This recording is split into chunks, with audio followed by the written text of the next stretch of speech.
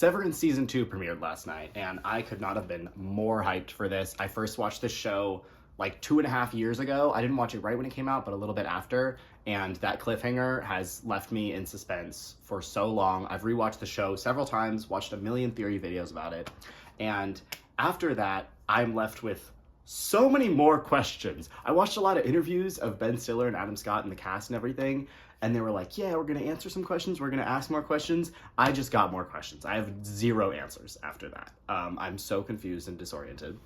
Now, of course, afterwards, I listened to the podcast they made about it, which, I mean, you know, they're not going to give anything away. Like, they made the show. They know the answers. They're not going to tell us, so it's all good. It was interesting to hear about the process, though. And then I've watched a bunch of, like, breakdown videos and stuff like that. Everyone's talking about Helly, you know, after I watched that, I was like, that is Helena. There's zero question. I went on the subreddit. A lot of people are, like, pissed. Most people are pretty much team, that is Helena, that's not Helly. There's several reasons why that's obvious. The most obvious seems to be when she reaches for the computer switch and like can't find it. And why would the show creators show us that unless to imply that is not Helly? And it's clear also that they're trying to make the innies feel that there are no cameras or microphones anywhere so that they can say anything, so that Lumen can get the information they want, and Helly is just the mole. They're just getting it, or Helena rather, they're just getting it right from her. So anyway, everyone's talking about that. There's other theories. But the one thing that in every video I've watched, they don't mention, and I've scarcely even seen people talk about on the subreddit, is a very important scene. This is going to be very janky. I have no idea how to splice a clip from the show in, but also, this might get 10 views. It's fine. Anyway, this scene.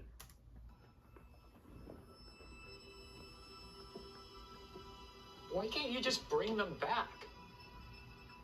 Goodbye, Marquez. Wait!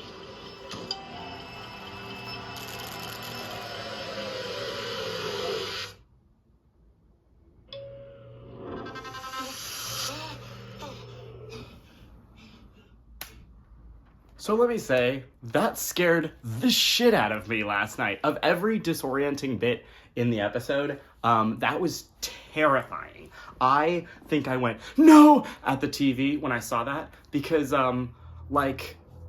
is he trapped now? He went to the testing floor. What else could that be? He went down, he didn't see the outside, he saw it fucking go dark.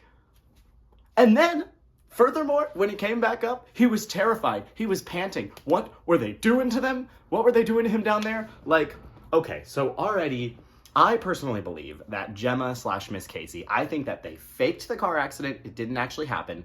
Faked her death, and they've had her on the testing floor since. There's theories about they're bringing her back to life. They're working on her chip, whatever, especially with the last shot of like the, cold water file of her. Maybe it's a clone. I don't know. But I feel like the car accident was totally fake and they took her, just like how I think in the Lexington letter, like that bus, crashing or whatever, I think that is faked.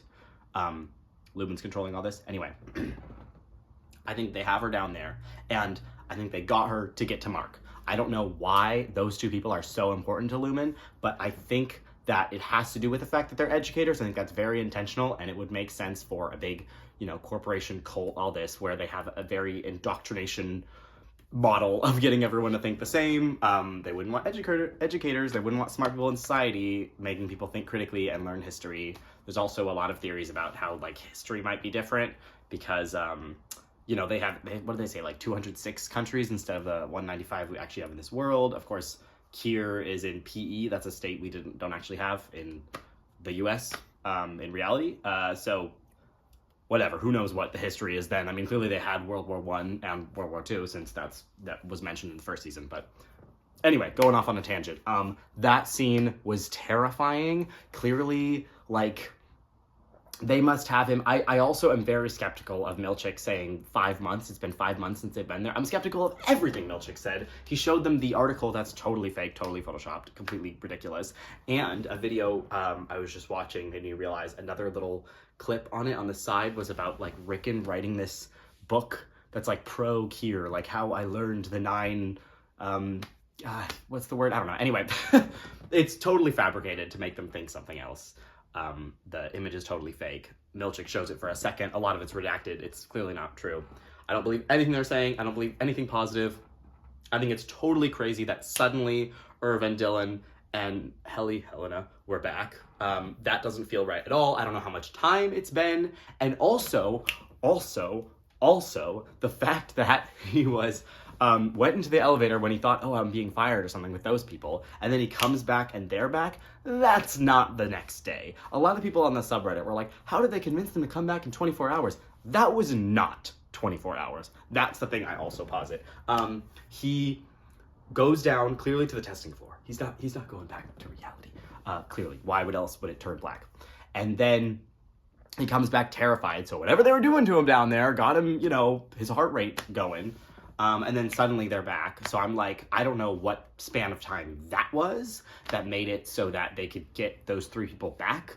Why is Mark so important? Why is he on the fucking testing floor? Like, did he explain all that stuff? I mean, because in the trailer we see, that his sister's like talking to him about, he said your wife was alive, and maybe he was trying to go back to Lumen to figure out what was going on. But then they faked his death or something, and now he's on the testing floor too.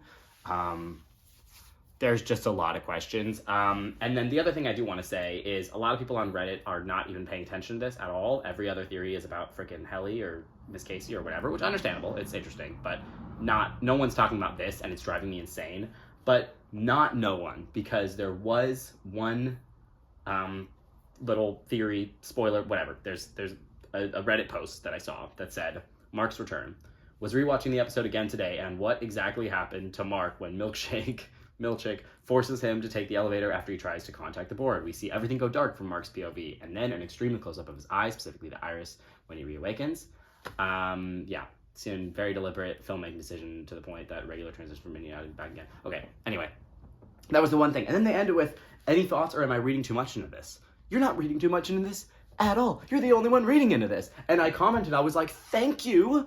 That part terrified me. How is nobody else talking about this? So I'm glad it's not just me, but for some reason that went unnoticed. That was such a huge point to me. That was the whole episode was so disorienting. I felt like I had watched a horror movie. I was so scared after watching it. And I think a big part of that is because it was only the innie side. Like every other episode has shown Mark on the outside, has shown some outie footage, right?